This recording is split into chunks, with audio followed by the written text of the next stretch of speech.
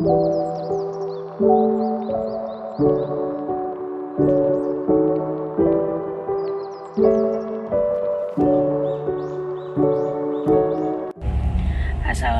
warahmatullahi wabarakatuh. Kami dari kelompok 11 yang beranggotakan saya sendiri, Revalina Syawalani, dan teman saya Nur Hikmah, Rafia Hafiza, Khairunisa, Adelia Kartika, dan Fatmi. Di sini kami akan mempresentasikan tentang inflamasi, penyakit alergi, dan imunosupresi. Inflamasi adalah respon fisiologis terhadap berbagai rangsangan seperti infeksi dan cedera jaringan. Inflamasi dimulai dengan inflamasi akut yang merupakan respon awal terhadap kerusakan jaringan. Apa itu inflamasi? Proses inflamasi merupakan bagian dari respon imun atau sistem kekebalan tubuh. Mekanisme ini hanya diperlukan dalam kondisi tertentu dalam waktu yang tidak lama. Misalnya, ketika suatu bagian tubuh mengalami luka terbuka, mekanisme inflamasi akan membantu menghilangkan sel yang rusak dan mempercepat proses penyembuhan. Sebaliknya, saat inflamasi terjadi dalam waktu yang lebih lama dari yang dibutuhkan, hal tersebut cenderung bersifat merugikan. Bahaya jika inflamasi tidak kunjung reda. Respon imun ini jika terjadi dalam waktu yang lama dapat merusak tubuh. Ini karena zat atau organisme pemicu inflamasi dapat bertahan lama pada pembuluh darah dan mengakibatkan penumpukan plak. Plak dalam pembuluh darah tersebut justru dianggap sebagai zat berbahaya dan akibatnya proses inflamasi kembali terjadi. Akhirnya terjadilah kerusakan pembuluh darah. Kerusakan akibat adanya sel inflamasi dapat terjadi pada pembuluh darah tubuh, jantung, hingga otak. Perkenalkan, nama saya Nur Hikmah. Di sini saya akan menjelaskan macam-macam obat. Berikut adalah beberapa jenis obat antiinflamasi non-steroid OAINS yang umum digunakan. Nomor 1, aspirin dengan nama dagang Aspilex, Kardio, Aspirin, dan Farmasal. Nomor 2, asam mefenamat dengan nama dagang Alogon, Analspec, dan Asimat. Nomor 3 itu Selexosip, nama dagangnya adalah Celebrex dan Novesip. Nomor 4, Diclofenac dengan nama dagang Aclonac, Butfavlam, Katanak. Nomor 5 itu Etorikosip dengan nama dagang Arcosa, Cosiron, dan Orinox. Nomor 6, Ibuprofen dengan nama dagang Anafen, Arfen, dan Bimasil. Nomor 7, Indometasin dengan nama dagang Dialon. Nomor 8 yang terakhir adalah Meloxicam, nama dagangnya adalah Movikox dan Mecox. Dan ada beberapa jenis obat kortikosteroid, antara lain adalah 1, prednisolon, 2, betamethason, 3, dexamethasone, 4 itu adalah hidrokortison, dan 5, metilprednisolon, dan terakhir adalah 6, deflazacort. Selanjutnya ada penanganan farmakologi. Penanganan farmakologi inflamasi dapat dilakukan dengan menggunakan obat antiinflamasi non-steroid atau OAINS dan kortikosteroid. OAINS bekerja dengan menghambat enzim siklosigenase atau COX yang menghasilkan prostaglandin yang menyebabkan inflamasi. Sedangkan kortikosteroid bekerja dengan menghambat produksi zat-zat yang menyebabkan inflamasi. Perkenalkan, nama saya Khairunisa Dottusna. Saya akan menjelaskan tentang mekanisme kerja. Mekanisme inflamasi diawali dengan adanya iritasi, di mana sel tubuh melalui proses perbaikan sel tubuh yang rusak. Sel tubuh yang terinfeksi oleh bakteri dikeluarkan dalam bentuk nanah, kemudian diikuti dengan proses terbentuknya jaringan-jaringan baru untuk menggantikan sel yang rusak.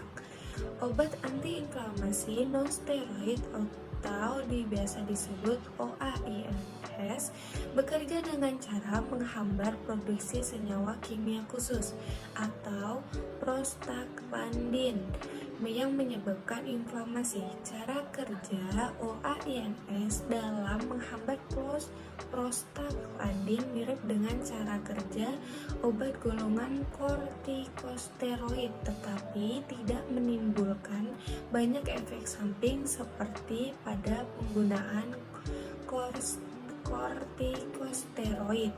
Obat antiinflamasi kortikosteroid bekerja dengan cara mengurangi zat pemicu peradangan dan menjaga tubuh agar kerusakan jaringan tidak semakin parah. Dalam beberapa kasus, obat ini juga digunakan untuk mengobati kondisi autoimun seperti lupus dan reumatoid arthritis.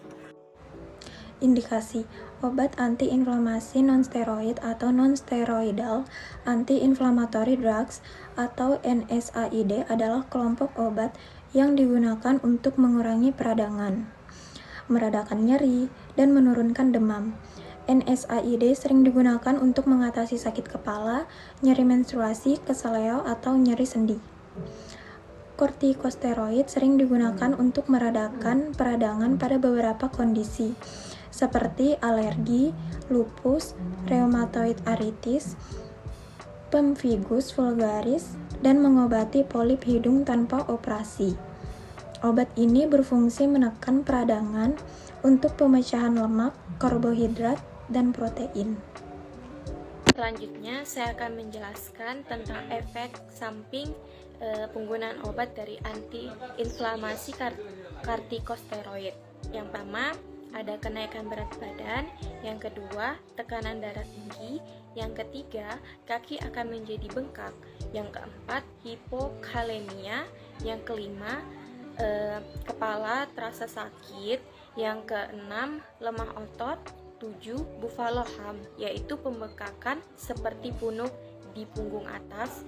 Dan yang ke-8, Monfils, yaitu pembengkakan di wajah sehingga wajah menjadi lebih tua. Beberapa cara untuk mengurangi efek samping obat antiinflamasi kortikosteroid adalah dengan mengonsumsi obat ini sesuai dengan dosis dari dokter, menghindari penggunaan jangka panjang, dan mengonsumsi obat ini bersamaan dengan makanan.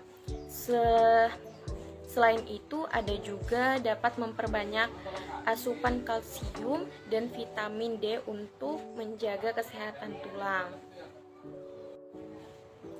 Berikutnya, efek samping umum dari obat antiinflamasi non-steroid OAINS. Yang pertama, masalah pencernaan termasuk sakit perut, mual, dan diare. Yang kedua, sakit MAH dapat menyebabkan pendarahan internal dan anemia. Mungkin dokter meresepkan obat tambahan untuk melindungi lambung Anda dari resiko ini. Yang ketiga, sakit kepala. Yang keempat, merasa ngantuk. Yang kelima, reaksi alergi. Dan yang keenam, masalah hati, ginjal atau jantung, dan sirkulasi. Misalnya serangan jantung dan gagal jantung.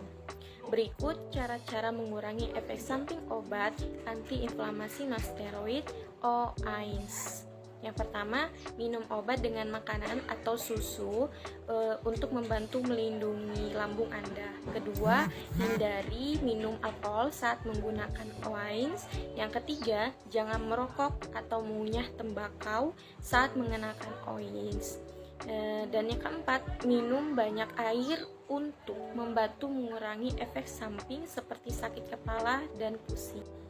Setelah melakukan presentasi, dapat disimpulkan, inflamasi memiliki proses dari respon imun yang diperlukan dalam kondisi tertentu dan memiliki waktu yang tidak lama. Mekanisme inflamasi akan membantu menghilangkan sel yang rusak dan dapat mempercepat proses penyembuhan. Sekian dan terima kasih. Apabila ada kesalahan dari presentasi kelompok saya, mohon dimaafkan. Wassalamualaikum warahmatullahi wabarakatuh.